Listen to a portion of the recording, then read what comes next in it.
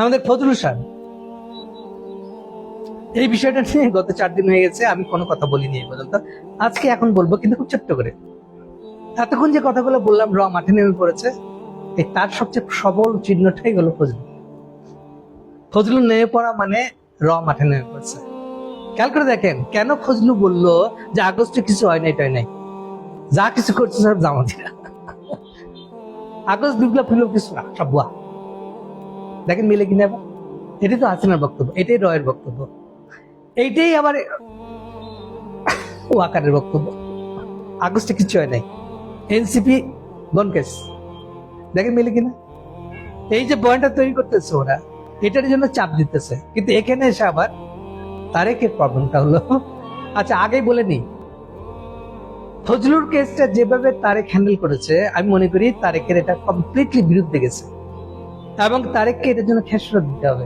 কিন্তু এটা একটা তারেকের জন্য উভয় সংকট। না সে রকে সন্তুষ্ট করতে পারবে, মানে রা সে ফজলুকে সন্তুষ্ট করতে পারবে না, এটার বিনিময়ে সে নিজে সকল ইলেকশন যেটা হবে বলতেছে, অনুমান করতেছে, সেটা দিয়ে তারা ক্ষমতা দেবে। এই পুরো ঘটনার ভিতরে সে ফেল করেছে। কেন? আগেই বলেছি যে র যে জায়গাটা কম্প্রোমাইজ করবে না, ইন্ডিয়া যে জায়গায় কম্প্রোমাইজ করবে না, তাহলে তারেক তাদের লক্ষ্য হলো হাসিনাকে ক্ষমতা বসানো। আর তারেক এটাকেই ভুল করে ভাবতেছে যে আমাকে বোধহয় ক্ষমতা বসানোর জন্য সাপোর্ট করতেছে। নো, এইটা তার ভুল। তার উচিত ছিল শুরুতেই ফজলুকে আটকে দেওয়া। আটকে মানে তাকে প্রকাশ করা কি হলো, এটা ছিল টেস্ট কেস। তার টেস্ট করছিল এই বয়ানটা দিলে কেমন মানুষ খাবে, কেমন রিয়াক্ট করবে, কেমন এটা দেখতে চাচ্ছিল। তাহলে পুরো জিনিসটা একদম মূল জিনিসটা, তর্কটা হচ্ছে যে জুলাই আগস্টে কিছু হয়েছিল কি হয় না বাংলাদেশ। তারেককে এটা ব্যাপারে পজিশন নিতে হবে। ফজলুকে দিয়ে একটু বাজারে ছেড়ে দিয়ে দেখলাম এটা রিয়াকশন কেমন হবে না, এটাতে স্ট্রেট কাট পজিশন নিতে হবে। আবার স্ট্রেট কাট পজিশন মানে কি, ইন্ডিয়ান মতন বলতে হবে যে আগস্টে কিছু হয় নাই। এটা যদি বলে কি লাভ হবে তার? না, কারণ ইন্ডিয়ান লক্ষ্য তো তারেককে ক্ষমতা বসানো না, ইন্ডিয়ার লক্ষ্য কিন্তু হাসিনাকে ক্ষমতা বসানো। এটা আমি খুব নিশ্চিত হয়ে বলতেছি আপনাদেরকে, শতভাগ নিশ্চিত হয়ে বলতেছি এই কথাটা। বাড়ির দিক থেকে অনেক কিছু এদিক ওদিক দেখতে হবে না, তাহলে এটার মানে কি, ওটার মানে কি। এই জন্য কথা একটাই, আমি মনে করি ফজলুকে মাঠে নামতে দেওয়াটা তার ভুল হয়েছে। আর নামার পরে যেভাবে এটাকে সলভ করার চেষ্টা করেছে, অনেকে বাবা দিচ্ছে, অনেকে ফেসবুকে স্ট্যাটাস দিয়েছে, আর তারেকের মধ্যে বুদ্ধিমান কিন্তু হয় না, দেখছো না মাত্র 3 বছর শাস্তি দিয়ে বাবাটাকে সামনে ফেলেছে। কেউ তলে হাত দিয়ে দেখতেছে না যে ফজলুকে এই কথা বলতে দিল কেন, আর ফজলুই বা এই কথা বললো কেন। 5 আগস্ট কিচ্ছু হয় নাই, এটা বলতে চাচ্ছে কেন? সবই জামাত ইসলামের দোষ। এইটা হলো আরেকটা সিম্পটম। কেউ যখন দেখবেন যে সবকিছু জামাত ইসলামের দোষ বলে খেলতেছে, বুঝবেন এইটা হলো রয়ের পরিকল্পনা।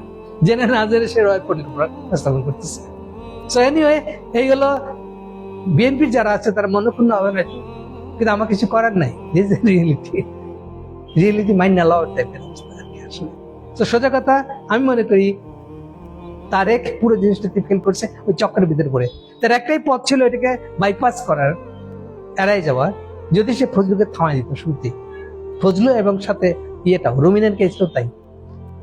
এবং এরা দুজন কিন্তু সরাসরি তারেকের কাছ থেকে নির্দেশে চলে না, এটা মনে রাখেন। তাহলে বুঝতে পারছেন কার নির্দেশে চলে, কোত্থেকে তারা কি করতে হবে তার পরিকল্পনাটা পায় কোত্থেকে।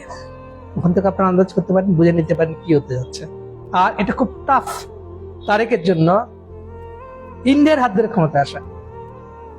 আমি বারবার বলেছি তারেকের জন্য অ্যাকচুয়াল পথ ছিল, অনলি পথ ছিল ডাইরেক্ট ইলেকশনে চলে আসা, ডাইরেক্ট বাংলাদেশের মানুষের কাছে চলে যাওয়া। ইন্ডিয়ার হাত ছেড়ে দাও।